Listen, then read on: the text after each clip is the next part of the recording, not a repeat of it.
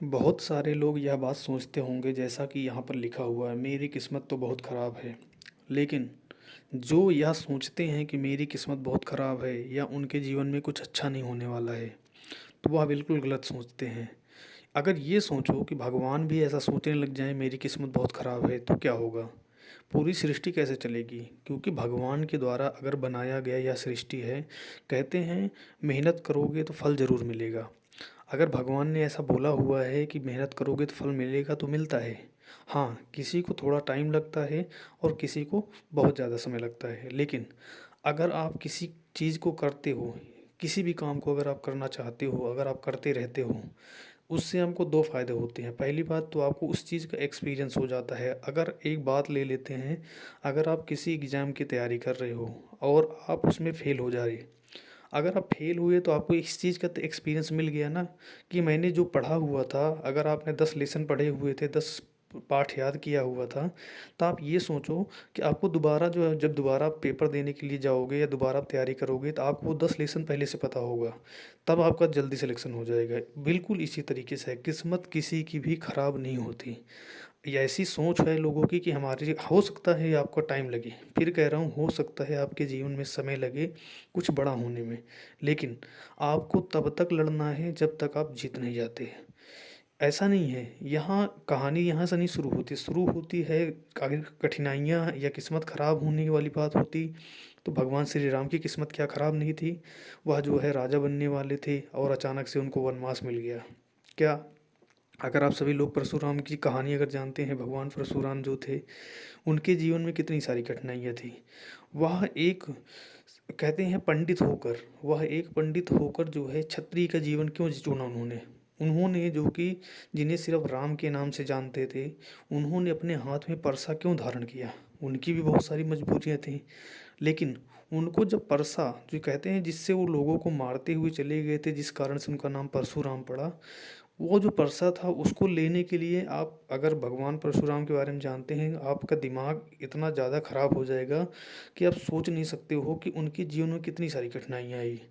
इतनी सारी कठिनाइयाँ आने के बावजूद भी उन्होंने भगवान भोलेनाथ की जो है तपस्या करी, और उस तपस्या से भगवान भोलेनाथ, कहते हैं कि भगवान भोलेनाथ जैसे कि उनकी तपस्या करो तो बहुत जल्दी प्रसन्न हो जाते हैं। लेकिन परशुराम की एक ऐसी तपस्या थी, जब भगवान जो परशुराम है वह तपस्या कर रहे थे भगवान भोलेनाथ की कि मुझे कुछ वरदान दीजिए, मैं जो है लोगों को भी, जो है संसार के लोगों को जो मेरे खिलाफ बोल रहे हैं या जो मेरे खिलाफ गलत कर रहा है, मैं उन सबको ख़त्म कर दूंगा, या जो कि सृष्टि में अन्याय कर रहा है मैं उनको ख़त्म कर दूंगा। इसलिए वो वरदान चाहते थे। लेकिन जो परशुराम थे वह जो है अपना जितनी भी थी ताकत से वह जो है अपना पूजा पाठ करते थे भगवान भोलेनाथ का, लेकिन भगवान भोलेनाथ दर्शन ही नहीं देते थे। लेकिन भगवान भोलेनाथ ने उनको जब दर्शन दिया, उसके बावजूद भी उनसे बोला कि अब अगर तुम्हें शस्त्र की विद्या चाहिए, तो इसके लिए तुम्हें और कठिन तरीके से जो है परिश्रम करनी पड़ेगी। उसके बाद कहते हैं कि परशुराम को जो है ठंडे पानी में, कैलाश मानसरोवर कैलाश पे भगवान भोलेनाथ बैठते थे, उनको वहाँ पर बुलाकर बोला कि बर्फ़ में बैठकर जो है तुम जो है ये ऐसे ऐसे अस्त्र शस्त्र विद्याएं सीखो। तो यही है, जैसा कि परशुराम के जीवन में, उनके जीवन में जिस तरीके से कठिनाइयाँ आई, अंत में उनको जो है वही भगवान भोलेनाथ ने एक ऐसा परसा दिया जिससे उन्होंने सारे लोगों को वध कर दिया। तो वही परसा या वही आपको कह सकते हैं, वही स्किल आपको चाहिए। वह स्किल कैसे मिलेगी आपको? लगातार आप मेहनत करते रहोगे, एक दिन ज़रूर ऐसा आएगा जिस दिन आप सक्सेस ज़रूर होगे। हो सकता है, फिर कह रहा हूँ हो सकता है आपके जीवन में कई सारी रुकावटें आएँ, कई सारी समस्याएँ आएँ, लेकिन कुछ लोग उससे टूट जाते हैं, और जो नहीं टूटता है वही लोग जो है आगे चलकर जो है एक सृष्टि, या कह लो सृष्टि का निर्माण, या एक समाज का निर्माण करते हैं, जो पूरे देश में लोगों के लिए जाना जाता है। चाहे वह किसी भी सेक्टर में हो, चाहे गवर्नमेंट सेक्टर में हो, चाहे किसी प्राइवेट सेक्टर में हो, समस्याएं तो हर जगह आपको देखने को मिलेंगी। लेकिन आपको किसी भी किस्मत के भरोसे नहीं बैठना है। आप जो काम करना चाहते हैं आप उसमें लगातार लग जाइए, और तब तक लगे रहिए जब तक आप जीत नहीं जाते हैं। फिर कह रहा हूँ, हो सकता है आप जो काम करने वाले हैं उसमें थोड़ी सी समस्याएं आएँ, लेकिन उस समस्याओं को आपको इस तरीके से लेना है कि अगर आपके जीवन में कुछ गलत भी हो रहा है तब भी आपको यह सोच कर चलना है कि यह जो समस्याएं हैं वह मेरे जीवन का एक हिस्सा बन चुकी हैं। आप यह सोच लीजिए कि खुश तो कोई भी नहीं था।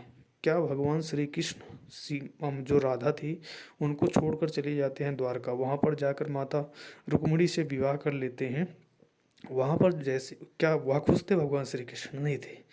जब भगवान मीरा मीरा आप सभी सोचो कि भगवान श्री कृष्ण की कितनी बड़ी जो है, कहते हैं उनकी एक झलक पाने के लिए जो है मीरा जो है कितने सालों तक तपस्या करी भगवान श्री कृष्ण की। लेकिन क्या क्या उनके जीवन में समस्याएं नहीं थी?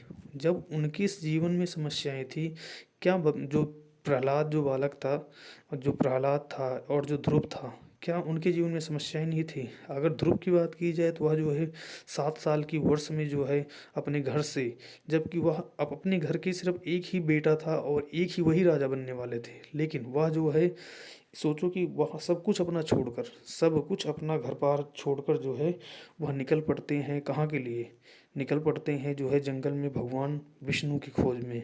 क्योंकि सृष्टि के पालनहारे अगर वो हैं, वो जो देना होगा जब देना होगा वो दे देंगे। अगर आप अपनी आपको ये चाहिए कि मेरे को कोई चीज़ बहुत जल्दी चाहिए, अब मेरे को ये चीज़ अभी इतनी जल्दी नहीं मिल रही है, तो आपको उसके लिए मेहनत करनी पड़ेगी। आप मेहनत करोगे, जितना ज़्यादा मेहनत करोगे वह चीज़ आपको उतनी जल्दी सफल बनाएगी। और इस बात को आप ध्यान रखना, सफलता ज़रूर मिलती है, चाहे चाहे कितनी समय लग जाए। समय लगेगा, लेकिन आपको जब सफलता मिलेगी। जीवन में दो चीज़ें बहुत ज़रूरी हैं। एक कह लो कि हमेशा कंटिन्यूटी रखना। कोई भी काम कर रहे हो आप उसको कंटिन्यू हमेशा रखना, तो जो आपकी नॉलेज है वह हमेशा डेवलप रहेगी। आपको उसके बारे में पता रहेगा जो आप करने वाले हो। दूसरी, किसी के बारे में आपको कभी भी गलत नहीं सोचना है। आप ये सोचो कि जो काम आप करने वाले हो या दूसरा भी आपके कंपटीशन में है, तो आपको उससे आगे कैसे निकलना है, ना कि उसको गलत तरीके से हराने के सोचो। आप ये सोचो, अगर युद्ध कोई भी कैसे जीतता है। युद्ध कई तरीके से लड़े जाते थे। अगर युद्ध की बात की जाए तो युद्ध में भी इस तरीके से होता था। कुछ लोग जो है, आपने अगर कई सारी हिस्ट्री अगर आपने पढ़ी होंगी तो आपको यह पता होगा कि हिस्ट्री में देखोगे तो कई सारे लोग ऐसे देखने को मिलते हैं जो लोग जो है युद्ध तो जीत जाते हैं, लेकिन वह जो है धोखे से जीता हुआ युद्ध है। ऐसे हमारी कई सारी हिस्ट्री में कहानियाँ देखने को मिलती हैं कि कई सारे राजाओं को जो है उनके साथ धोखेबाजी करके उनको मार दिया गया और उनका जो साम्राज्य था उसको हथिया लिया गया। लेकिन वह जीत नहीं होती। लेकिन अब का ज़माना बदल चुका है। अब आप ये सोच लो, आपको जीतना है तो उसके लिए आपको शॉर्टकट नहीं लेना है। शॉर्टकट अगर आपने लेने की कोशिश करी तो शॉर्टकट से हो सकता है आप एक बार जो है आगे बढ़ भी जाओ, लेकिन जीवन की अगर बात की जाए तो आपके जीवन में जो है शॉर्टकट कभी भी मत लेना। अगर जीवन में आपने शॉर्टकट लेने की कोशिश करी है या आपने लिया है तो उसका पछतावा आपको बहुत ज़्यादा होगा, और वो इस तरीके से होगा कि आप सोच भी नहीं सकते हैं कि कैसा पछतावा आपको होने वाला है। क्योंकि अगर आपको कोई चीज़, अगर कोई 5वीं क्लास में बच्चा पढ़ रहा है, अगर उसको 10वीं क्लास का जो है सर्टिफिकेट दे दिया जाए तो उसके जीवन का क्या महत्व रह जाएगा। इसी तरीके से आपका जीवन है। अगर आपको कोई चीज़ 2 साल बाद मिलने वाली है, तो अगर उसको आज आपको मिल जाए तो आपका जो दिनचर्या है या जो आपकी सृष्टि में लिखा हुआ है, आपकी किस्मत में जो भी लिखा हुआ है, वह आप कहोगे कि अरे ये तो मेरे को बहुत जल्दी मिल गया। अगर आप उसी चीज़ को मेहनत करोगे, अगर कोई आपको जॉब नहीं मिल रही है, आप उस जॉब के लिए लगातार मेहनत कर रहे हो, अगर आपको तुरंत मिल जाए जैसे आपने थोड़ी सी मेहनत करी तो आप उसकी इज्जत कम करोगे। लेकिन अगर आपने लगातार 2 साल 3 साल मेहनत करने के बाद अगर वो जॉब आपको मिलती है तो आप उस जॉब की इज्जत करते हो, क्योंकि आपको उस चीज़ का पता है, आपने किस तरीके से तैयारी करी है उस चीज़ के लिए। तो आपको अपने जीवन में इस बात को उतार लेना है कि हार तो कभी नहीं माननी है। हार कभी नहीं माननी है। जैसे कि लिखा हुआ है, कुछ पल की खुशी देकर ये ज़िंदगी हमें क्यों रुलाती है। तो जीवन में यह एक समस्या है कि आपके जीवन में सुख और दुख दोनों साथ साथ चलते रहेंगे। ये अगर सोचो कि हमेशा जो है सुख ही मिले तो वह संभव नहीं है। क्योंकि जब भगवान सृष्टि के जो पालनहारे हैं उनके जीवन में ही ऐसी ऐसी खुशियाँ और दुखें चलती रहती हैं। तो अगर आप ये देखो कितने सारे भगवान हैं, उनमें से अगर इंद्र की बात ले लियो, इंद्र एक ऐसे देवता माने जाते हैं जो किसी न किसी से जो है हमेशा जो है कह सकते हैं ईर्ष्या रहती है उनको, चाहे भगवान विष्णु हों, चाहे महादेव हों, चाहे कोई भी हो। वह जो है स्वर्ग के देवता माने जाते हैं, लेकिन उनकी गिनती नाम मात्र की होती है। और ख़ासकर आप सभी को ये भी पता हो, जितने भी दानव दानव थे या राक्षस थे, अगर उनको जो है भगवान की गद्दी छीन ली होती थी तो वह पहले जो है देवराज इंद्र के पास ही भागते थे। तो उसका कारण एक नहीं है, उसके कारण कई सारे हो सकते हैं। जिस तरीके से देवराज इंद्र की दिनचर्या थी, वह जिस तरीके से कार्य करते थे, उसको भी अगर देखा जाए तो वह एक देवता तो थे, लेकिन उनके जो काम थे वह कुछ दानों से कम नहीं थे। तो यह भी देखने वाली बात है, वह ईश्वर होते हुए भी उनके कुछ काम कुछ बहुत ज़्यादा गलत हो सकते हैं। तो गलत वो भी करते थे, लेकिन वह कुछ चीज़ अच्छा भी करते थे। लेकिन बात ये भी है कि अगर उन्होंने अपने जीवन में कुछ अच्छाइयाँ करी हैं तो कुछ बुराइयाँ भी करी हैं, वैसा ही है। जीवन में कुछ अच्छा होगा तो कुछ बुरा होगा, साथ में ही दोनों चीज़ें अगर चलती रहेंगी तभी जाकर आपका जीवन सफल बन सकता है। इसी तरीके से अगर आप जानते हैं भगवान श्री राम को, भगवान श्री राम चले जाते हैं अयोध्या, जब पार कर रहे होते हैं तो जो केवट है उनको जो है नाव से जो है अपने नदी पार नहीं करा रहा होता है।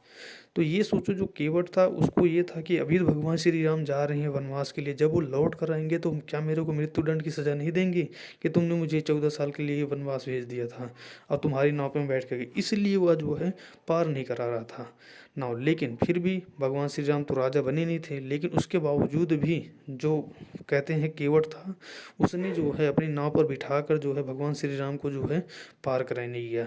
और उसके बाद जब वो वापस आ रहे होते हैं, फिर उसी रास्ते से आते हैं, फिर वह दोबारा से जो है जो ही केवट जो है भगवान श्री राम को जो है पार कराता है नैया।